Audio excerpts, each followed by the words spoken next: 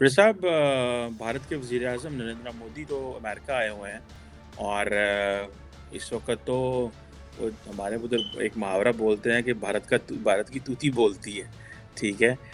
America के अंदर क्या थिंक टैंक्स हों, क्या बिज़नेस कम्युनिटी हो, पॉलिटिशियन हो, कांग्रेस हो, व्हाइट हाउस हो, सारे लाइन में खड़े हैं मोदी जी को वेलकम करने के लिए।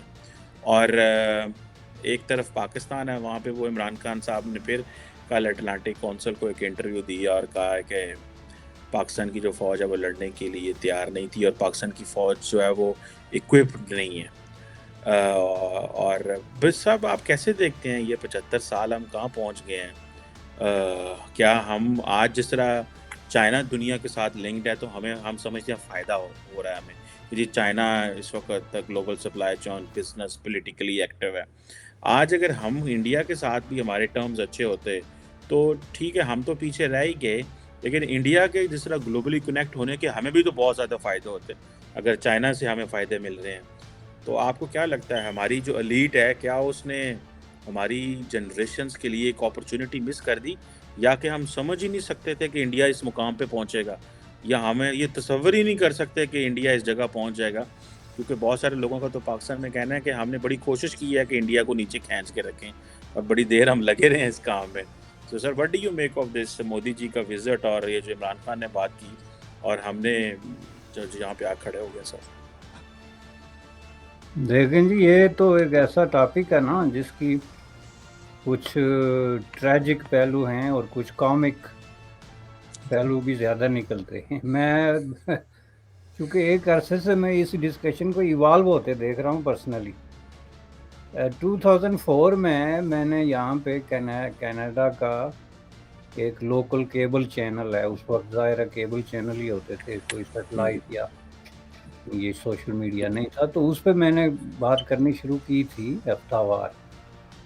तो उसमें लोग मुझसे ये सवाल पूछते थे कि इंडिया पाकिस्तान कंपैरिजन, तो वो मैं चुपके से कर देता था। ये आज से 20 साल पहले की बात है। फिर उसके 4-5 साल बाद लोगों ने जब यही सवाल पूछने शुरू किया तो मैंने उनको कहा कि आप एप्पल और ऑरेंज को कंपेयर कर रहे हैं। तो अब जो है वो 20 साल बाद जब आप ये सवाल पूछते हैं या कोई और दोस्त पूछता है, तो मेरा जवाब ये होना चाहिए कि देखें जी, इंडिया जो है is a story of success. इस वक्त दुनिया के होराइज़न पे या आप उसके अपने रेज्यूमे के हवाले से is a story of success, जिसको वो बड़ी चाबकदस्ती से, जिसको आप तूती बोलना कहते हैं, अब लखनऊ वालों को पता होगा कि तोती बोलता होता है या तूती बोलता है, तो वो बड़े सक्सेसफुली उसको प्रेजेंट कर रहे हैं जैसे मोदी साहब ने किया। दूसरी तरफ जो है वो पाकिस्तान की जो स्टोरी है is a story of failure.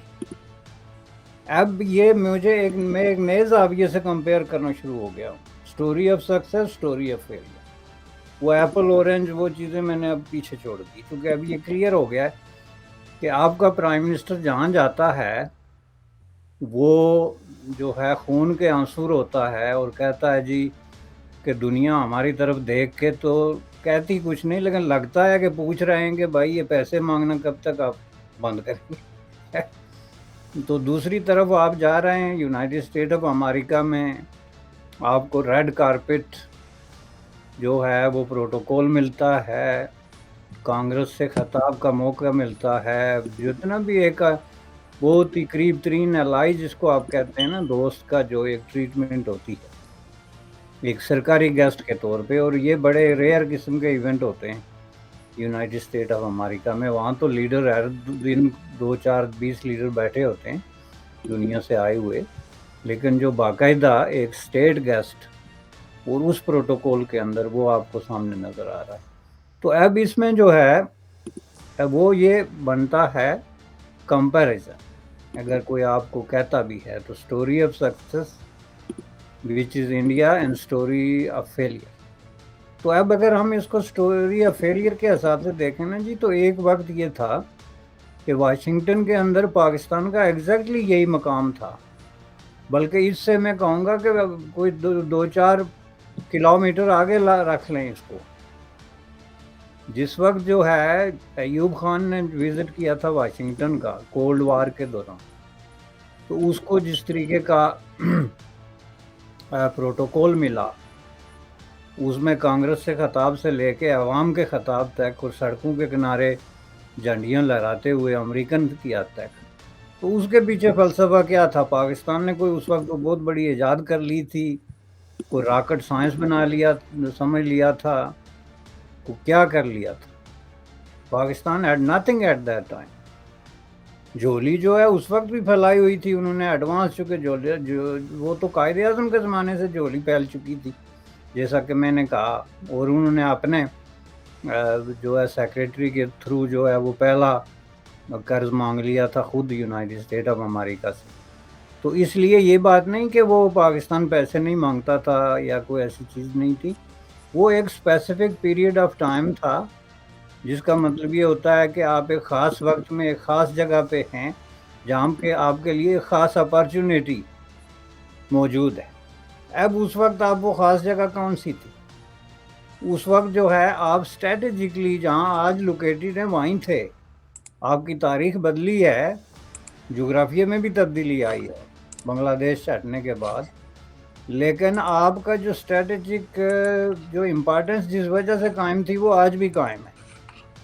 वो उसी तरह वो अनवर मकसूद की ज़बान में कि आपके पीछे अफ़गानिस्तान के प्लाट हैं और आपके आगे इंडिया के प्लाट हैं, बीच में आपका प्लाट है, तो वो प्लाट तो वहीं है, लेकिन उसने आपने उसके हज़ारों करोड़ों प्लाट बना के तो आपस में जो है वो बांट दिए, और बांटे भी एक ख़ास तबके के अंदर, जिसकी वजह से जो आपकी हालत ज़ार बनी वो आपके सामने है। लेकिन बात मैं कर रहा था अमरीकी जो है नज़र में आपकी अहमियत उस वक्त एग्जैक्टली यही थी। इसीलिए मैं इंडिया के हवाले से हमेशा ये मशवरा देता हूँ कि इंडिया को बहुत ज़्यादा ओवर एक्साइटेड होके तो इस ट्रैप में नहीं फंसना चाहिए जिसमें वो फंसते चले जा रहे हैं, क्योंकि ये एक तजर्बा है।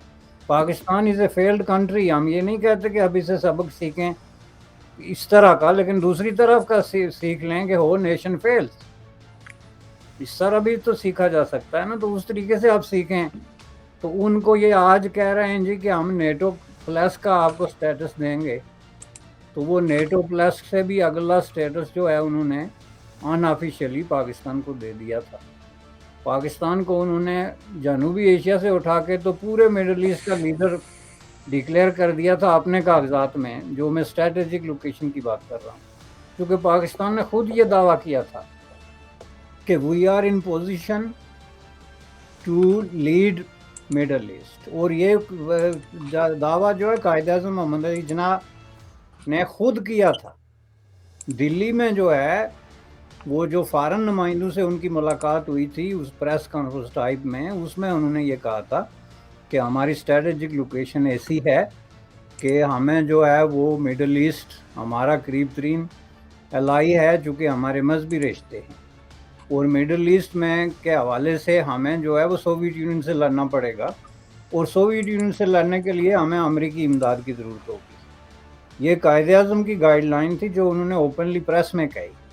तो ये आगे इवाल्व होते होते एक नई खौफनाक शक्ल में जाके तो अयूब खान के हाथ लगी, जिन्होंने इसको जनाब ये सारे अयूब खान से पहले से लेके आपके जो सीटो सैनीटो ये जितने मायदे थे वो लेके तो अयूब के दौर में जाके ये समझें पीक पे पहुंच के तो फिर नीचे की तरफ जाना शुरू किया।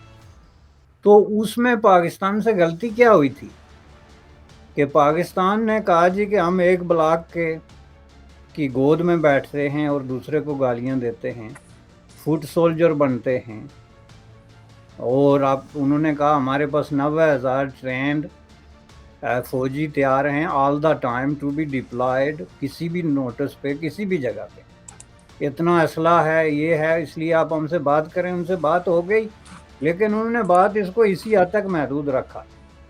अमेरिका से जो 75-80 बिलियन डॉलर की खतीर रकम उन्होंने ली, वक्तन फ़क्तन उसको अवाम तक नहीं पहुंचने दिया, बल्कि एक मराद याफ्ता तबका क्रिएट किया, जो आज उनके लिए उनके ताबूत में आखिरी कील ठोंक रहा है। वो छोटी छोटी हथौड़ियाँ लेके बैठे हुए हैं, वो सारे वो उसमें ठोंक रहे हैं, जिनमें उन्होंने वो पैसे तकसीम किए ان کی دوسری نسل میں تقسیم کیے، اب ان کی تیسری نسل میں تقسیم ہو رہے ہیں۔ اب ان کے تماشے دیکھو کہ یہ ملک کی حالت یہ ہے، کہتے ہیں ڈیفالٹ ہو رہے ہیں، بینکرپٹ ہو رہے ہیں۔ چیئرمین سینٹ کو جو انہوں نے ابھی مراد دی، ذرا اس کا جو ہے امریکی جو چیئرمین ہے سینٹ کا، اس سے کمپیئر کر کے دیکھیں، یا کمپیئریبلی فرانس سے یا برطانیہ سے، کسی بھی امیر ملک سے۔ تو یہ انہوں نے غلطی یہ کی کہ انہوں نے کہا بس امریکی ہمارا الائی ہے تو باقی ہم عوام کو بھی دبائیں گے، گولیاں ماریں گے، آزادی کی تحریکیں کچلیں گے، جیسے بنگلہ دیش میں انہوں نے کیا۔ عوام کے خلاف جو بھی ایبڈو سے لے کے جتنے بھی اینٹائی ڈیموکریٹک ہیومن رائٹس کے خلاف، لوگوں کی فریڈمز کے خلاف، ان کے ڈیموکریٹک رائٹس کے خلاف یہ کریں گے وہ کریں گے، جس کے نتیجے میں نہ خدائی ملا نہ وسائل صنم۔ افغانستان کے بعد جب جو ہے ایک لبِ نیوز انڈیا، انترراشٹریہ خبروں کا منچ۔